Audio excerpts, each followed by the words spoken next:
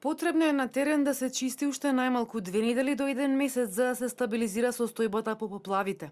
Каналите се исчистени, но додека има кал и шут во околината и со нормална количина на дожд има шанси повторно да се создадат проблеми, оцени експертот Питер Глерум, кој во земјава е од 10 август како тим лидер на групата што врши проценка на ситуацијата во поплавените подрачја.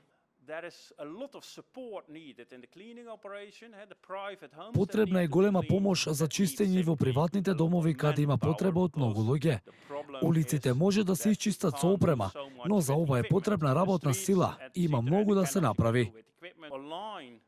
Секако може да се дебатира многу за одговорот на поплавите, но според моето искуство, она што го гледаме често по една голема катастрофа. Потребно е време да се соберат сите вклучени организации, потребно е време да се однесе помошта каде што е потребна.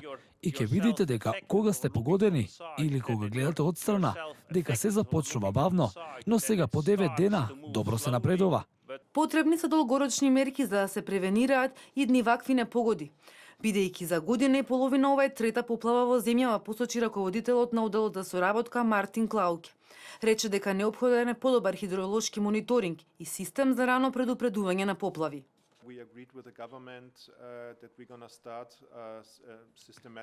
Се договоривме со владата да започнеме системска проценка за потребите по катастрофата, со која ќе започнеме во текот на наредната недела и ќе ја направиме заедно со Светската банка и Обединетите нации. И се надеваме дека ќе ја финализираме за 1, максимум до 2 месеци. Досега повеќе европски држави дадоа помош, и луѓе и опрема. Први реагираа Бугарија и Србија, потоа Грција, Австрија, Унгарија и други земји. Европската унија најави помош од 150.000 евра.